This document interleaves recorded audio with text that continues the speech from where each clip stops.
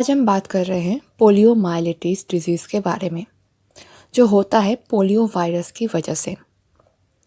Polio virus एक single stranded RNA virus है, जिसकी वजह से पोलियोमाइलिटिस होता है ह्यूमन में।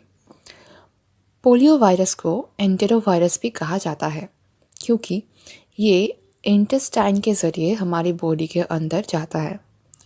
इंटेस्टाइन के सेल में इन्वेट करके ये हमारी बॉडी के दूसरे सेल्स तक पहुंचता है। क्योंकि ये इंटेस्टाइन से घुसता है, इसीलिए इसे कहा जाता है एंटेरोवायरस। पोलियो मतलब पोलियो वायरस, माइल्ड मतलब है स्पाइनल कॉर्ड, और आइटिस का मतलब होता है इन्फ्लेमेशन, यानी कि स्पाइनल कॉर्ड का इन्फ्लेमेशन।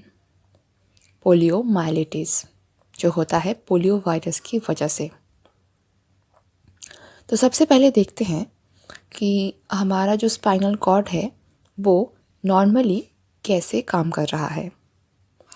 ये एक ह्यूमन का ब्रेन है। ह्यूमन के ब्रेन से ठीक नीचे से स्पाइनल कॉर्ड को धीरे धीरे जूम इन करते हैं। इसे स्पाइनल कॉर्ड को मैंने सेगमेंटेड करके दिखाया है यहाँ पर। स्पाइनल कॉर्ड से कुछ न्यूरॉन्स जुड़े होते हैं जो डायरेक्टली मसल से या किसी ग्लैंड से जुड़े होते हैं, और इन न्यूरॉन्स का सेल बॉडी रहता है स्पाइनल कॉर्ड में या फिर ब्रेन में, और उसका एंडिंग रहता है मसल्स में या फिर ग्लैंड्स में। इन न्यूरॉन्स को कहा जाता है मोटर न्यूरॉन्स। ये मोटर न्यूरॉन्स स्पाइनल कॉर्ड से सिग्नल लेकर उस मसल या ग्लैंड पर सिग्नल पहुंचा देता है। ये इसका नॉर्मल काम है। और जो पोलियो वायरस है वो इस मोटर न्यूरॉन्स और स्पाइनल कॉर्ड को अटैक करता है और इनको इन्फ्लेम कर देता है, और इसकी वजह से ये मोटर न्यूरॉन अपना एक्टिविटी खो देता है और सिग्नल कैरी नहीं कर पाता।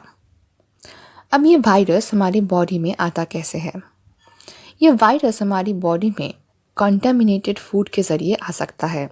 वो फीकल ओरल कंटामिनेशन हो सकता है, या फिर किसी इन्फेक्टेड पर्सन के ड्रॉपलेट से, यानी कि स्नीजिंग और कफिंग के ड्रॉपलेट से ये वायरस हमारी बॉडी के अंदर आ सकता है। तो ये वायरस हमारी बॉडी के अंदर आने के बाद हमारे जीआई ट्रैक्ट यानी कि गैस्ट्रो इंटेस्टिनल ट्रैक्ट से ट्रैवल करता है। ये मेनली हमारे इंटेस्टाइन में पहुंचने के बाद सेल्स को अटैक करता है। कभी कभी इससे पहले भी हमारे इस गैस्ट्रो इंटेस्टिनल ट्रैक्ट के लाइनिंग के जो सेल्स हैं उसके अंदर ये इन्वेड कर सकता है, लेकिन मेनली ये इंटेस्टाइन के सेल को ही इन्वेड करता है।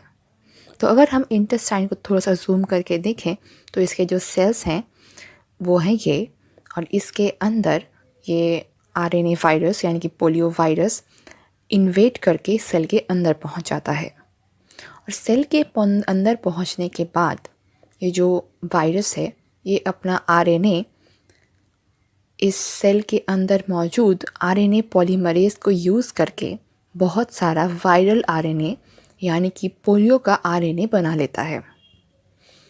ये सेल के अंदर है और इस आरएनए पॉलीमरेज को यूज़ करके ये बहुत सारा पोलियो आरएनए और वायरल आरएनए बना चुका है, और एक एक वायरल आरएनए एक एक पोलियो वायरस को बना देता है। अब ये बहुत सारा पोलियो वायरस हमारी बॉडी में मौजूद है।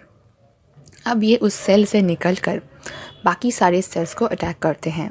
ये ट्रैवल करते हैं पहले लिम्फ नोड से, उसके बाद ये पहुंच जाते हैं ब्लड स्ट्रीम में, और ब्लड स्ट्रीम में पहुंचने के बाद ये पहुंचते हैं मसल्स में, क्योंकि ये मेनली मसल्स को ही अटैक करते हैं।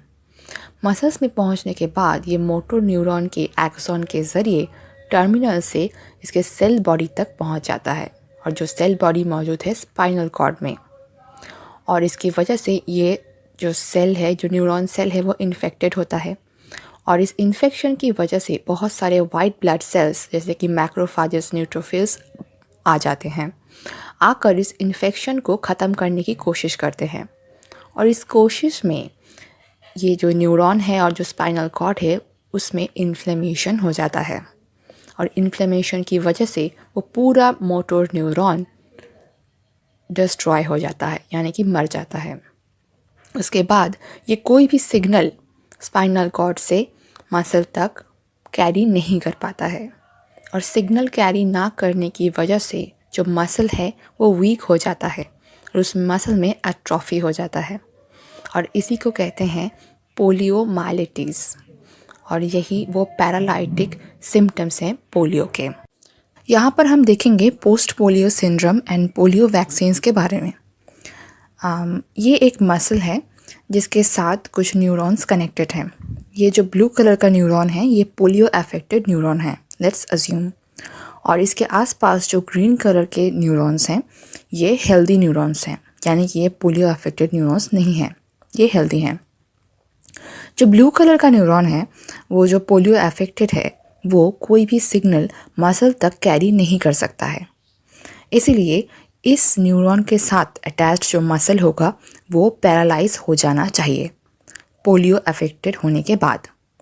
लेकिन जब ये ब्लू कलर का न्यूरॉन जो पोलियो अफेक्टेड है ये जब सिग्नल कैरी नहीं कर पाता है तब इसके आसपास जो हेल्दी न्यूरॉन्स हैं वो अपने ब्रांचेस स्प्रेड कर देते हैं इस न्यूरॉन के मसल्स की तरफ, और उस मसल में सिग्नल ट्रांसफ़र करने में हेल्प करते हैं।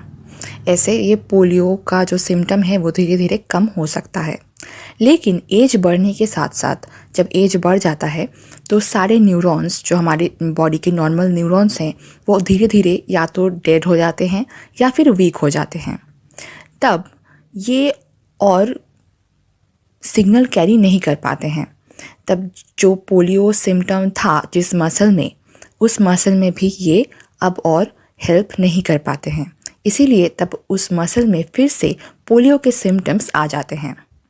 इसी को कहा जाता है पोस्ट पोलियो सिंड्रोम, जो यूजुअली ओल्ड एज में देखा जाता है, क्योंकि इस एज में वो हेल्दी न्यूरॉन्स भी और हेल्प करने के काबिल नहीं रहते हैं।